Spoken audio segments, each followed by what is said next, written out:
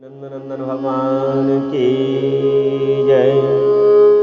प्रिय बंधुओं, कार्तिक मास में कार्तिक का स्नान कैसे करें?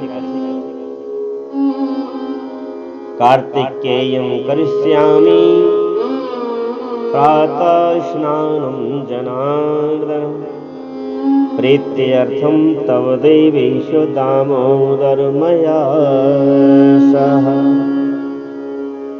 जब 2 घड़ी रात बाकी रह जावे, जब 2 घड़ी रात बाकी रह जावे, तब तुलसी जी की मृतिका यह पहले से निकाल के रख लो। तुलसी के जड़ की मिट्टी, वस्त्र और कलश लेकर जलाशय के समीप जाएं। सबसे पहले क्या करें? हम जहां स्नान करते हैं, अगर कुएं पर करते हैं तो कुएं में, तालाब में करते हैं तो तालाब में, तीर्थ स्थलों में करते हैं तो तीर्थ स्थलों के तट पर, और यदि घर में करते हैं तो घर में। ध्यान से सुने, क्या करेंगे? तुलसी के जड़ की मिट्टी जो पहले से ही निकाल करके रखेंगे, और अपने पहनने के वस्त्र और एक कलश लेकर के जलाशय पर जाए। सबसे पहले उस तीर्थ क्षेत्र से प्रणाम करें और उनसे कहें कि हे तीर्थ क्षेत्र देव, हम अमुक अमुक अमुक गोत्र की स्त्री पुरुष, हम आपके इस पवित्र जल में कार्तिक स्नान करना चाहते हैं। तो हे जल के देव, हे तट के देव, हे स्थान देव, हे पितृगण, हे कुल के देवता, आप सब हमारी रक्षा करना और हमारे पुण्य की वृद्धि करना, और कदाचित किसी भी कारण से हमारे द्वारा मन वाणी से अपराध हो जाए, तन से अपराध हो जाए, तो आप कृपा पूर्वक उसे क्षमा कर देना। इसके बाद सर्वप्रथम उस जल को लेकर के, उस जल में एक दोष रहता है, उस दोष को निवृत्ति से हटावे, और इंद्र की दुहाई दे करके वह ब्रह्म हत्या होती है जो जल के ऊपर रहती है, ब्रह्म हत्या का निवारण करें। यही ब्रह्म हत्या, आप यहां से हट जावे, हम पुण्य वृद्धि हेतु स्नान कर रहे हैं, अपने तन मन को पवित्र करने के लिए स्नान कर रहे हैं। फिर उस जल को हाथ से ऐसे 3 बार हिलावे, अलग करें, जैसे किसी चीज को हम अलग करते हैं, और इदम इंद्राय नमः ऐसे बोले 3 बार। इसके बाद उस जल को लेकर के और अपने ऊपर, सिर के ऊपर, शिखा के ऊपर छिड़के, फिर कलश से जल लेकर के अपने पैर धो करके गंगा आदि नदियों का स्मरण करें। यदि गंगा में ही है तो फिर स्मरण करने की आवश्यकता नहीं। यदि किसी एक तीर्थ में है तो उस तीर्थ में दूसरे तीर्थ की ना प्रशंसा करें, ना ध्यान करें, ना स्मरण करें। अगर गंगा में है तो गंगा का ही स्मरण करें, यमुना में है तो यमुना का स्मरण करें, नर्मदा में है तो नर्मदा का स्मरण करें, सरस्वती में है तो सरस्वती का स्मरण करें। एक तीर्थ में दूसरे तीर्थ का प्रशंसा या ध्यान आदि नहीं करना चाहिए।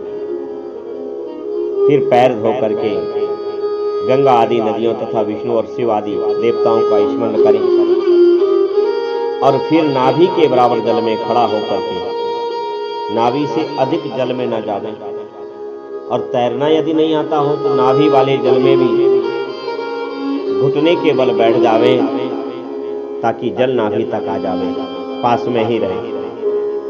फिर इस मंत्र का उच्चारण करें, कार्तिकेयं करिष्यामि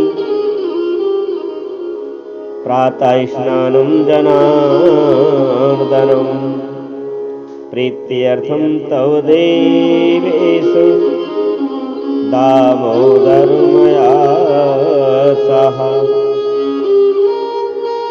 जनार्दन, देवेश्वर, हे दामोदर, लक्ष्मी सहित आपकी प्रसन्नता के लिए मैं कार्तिक में प्रातः स्नान नित्य करूंगा या करूंगी या कर रही हूं।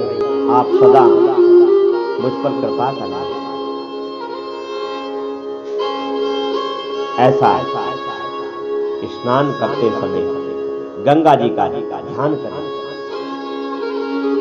जैसे कि हमने कहा कि दूसरे तीर्थ में दूसरे का, किंतु गंगा का स्नान, गंगा का स्मरण किसी भी तीर्थ में कर सकते हैं। किसी भी तीर्थ में जाएं तब गंगा का स्मरण अवश्य करना चाहिए।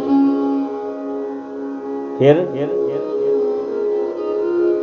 कमलनाभाय, इस तरह से भगवान का ध्यान करें। नमः कमलनाभाय नमस्ते जलसायिने नमस्ते अस्तु ऋषिकेश ग्रहणार्घ नमोस्तुते। सबसे पहले अपने कलश से 3 बार जल ऊपर छोड़ें, अथवा डुबकी लगा सकते हैं तो 3 डुबकी लगा दें। फिर मृत्तिका से अपने शरीर पर, जो तुलसी मृत्तिका है, तुलसी के जड़ की मिट्टी, उससे अपने मस्तक पर अभिषेक करते हुए और पूरे शरीर में मलें। फिर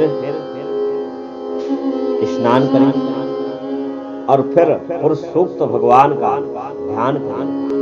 हाथ में तुलसी लेकर के 3 बार आचमन करें और कपड़े फिर जल से बाहर निचोड़ें और अपने जल पात्र में जल भर करके भगवान राधा माधव को अर्घ्य दें। ग्रहणार्घ मया दत्तम राधया सहित हरे। हे राधा माधव, आप हमारे द्वारा दिए हुए इस जल को, इस अर्घ को ग्रहण करके हमको कृतकृत्य करें। हमारे सभी ताप पाप साप नष्ट हो और आप प्रसन्न हो। इसके पश्चात अपने वस्त्र बदलें। तीर्थ क्षेत्रों में साबुन लगाना, मल करके स्नान करना, यह वर्जित है। इसलिए इस बात का विशेष ध्यान रखें। यदि शरीर में कोई रोग ना हो और घर में भी स्नान कर रहे हैं तो इस बात का विशेष ध्यान रखें कि गर्म जल से, उष्ण जल से ठंडे जल में स्नान करने का 10 गुना पुण्य अधिक होता है। उससे 100 गुना पुण्य बाहरी कुएं के जल से स्नान करने में होता है। उससे भी 100 गुना अधिक पुण्य बावड़ी के, और उससे भी 100 गुना अधिक पुण्य पोखरे के स्नान करने से होता है। उससे भी 10 गुना झरनों में स्नान करने से होता है। और उससे भी 100 गुना अधिक पुण्य कार्तिक में किसी नदी स्नान करने से होता है। उससे भी 10 गुना पुण्य वहां होता है जहां पर 2 नदियों का संगम हो, और यदि कहीं 3 नदियों का संगम हो तो और अधिक पुण्य की प्राप्ति होती है। सिंधु, कृष्णा, वेणी, यमुना, सरस्वती, गोदावरी, विपाशा व्यास नदी को कहते हैं। नर्मदा, तमसा, मही, कावेरी, सरयू, क्षिप्रा, चरणवती कहते हैं चंबल को, वितस्ता, झेलम, वेदिका, सवर्णभद्र, वैत्रवती, बैतवा, अपराजिता, गंडकी, गौमती, पूर्णा, ब्रह्मपुत्रा, मानसरोवरा, भागवती, सत्रादु, सतलज, ये तीर्थ कार्तिक में दुर्लभ है। सब स्थलों से अधिक आर्यावर्त, जो विंध्याचल हिमालय के भीतर का प्रदेश उत्तर भारत माना गया है, अत्यंत पुण्यदायक माना गया है। उससे भी अधिक कोलापुरी श्रेष्ठ है। कोलापुरी से श्रेष्ठ विष्णु कांची है, उससे अधिक शिव कांची है, और सबसे श्रेष्ठ अनंत सेना का निवास स्थान बराह क्षेत्र से चक्र क्षेत्र से अधिक पुण्यमय मुक्ति क्षेत्र है। और उससे भी श्रेष्ठ है अवंतीपुरी। बोलिए अवंतिका महारानी की जय। तो प्रिय बंधु, अवंतिका का स्नान करें। अवंतिकापुरी से श्रेष्ठ है बद्रिकाश्रम। बद्रिकाश्रम से भी श्रेष्ठ है अयोध्या धाम। अयोध्या से अधिक गंगा द्वार, गंगा द्वार कहते हैं हरिद्वार को, और गंगा द्वार से भी अधिक है कनखल, और फिर कनखल से भी श्रेष्ठ है मथुरा, क्योंकि कार्तिक के महीने में वहां स्वयं भगवान राधा कृष्ण स्नान करते हैं। मथुरा से भी श्रेष्ठ है द्वारिका, जिन्होंने भगवान गोविंद में अपने चित्त को लगा रखा है, उनके लिए द्वारिका सूर्य के समान पुण्य का प्रकाश करने वाली है। और द्वारिका से श्रेष्ठ है भगीरथी, वह भी जहां विंध्य पर्वत से मिलती है वहां अधिक श्रेष्ठ है, और उससे 10 गुना पुण्यप्रद है तीर्थराज प्रयाग, उससे भी श्रेष्ठ है काशी, जिसके आश्रय से गंगा जी भी मनुष्यों के सब पापों का नाश करते हैं। काशी में पंचगंगा तीर्थ है, जो तीनों लोकों में विख्यात है। कार्तिक मास आने पर रौरव नरक में पड़े हुए पितर भी चिल्लाते हैं कि क्या हमारे वंश में ऐसा कोई भाग्यवान पैदा होगा जो पंचगंगा में आकर हमारे लिए नरक से उद्धार करने वाला तर्पण करेगा। लाखों पाप करके भी मनुष्य यदि पंचगंगा में नहाकर हिंदू माधव की पूजा करे तो उसके सभी पाप तत्काल नष्ट हो जाते हैं। बोले नंदनंदन भगवान की जय। आप सबका मंगल हो। राम जय राम जय जय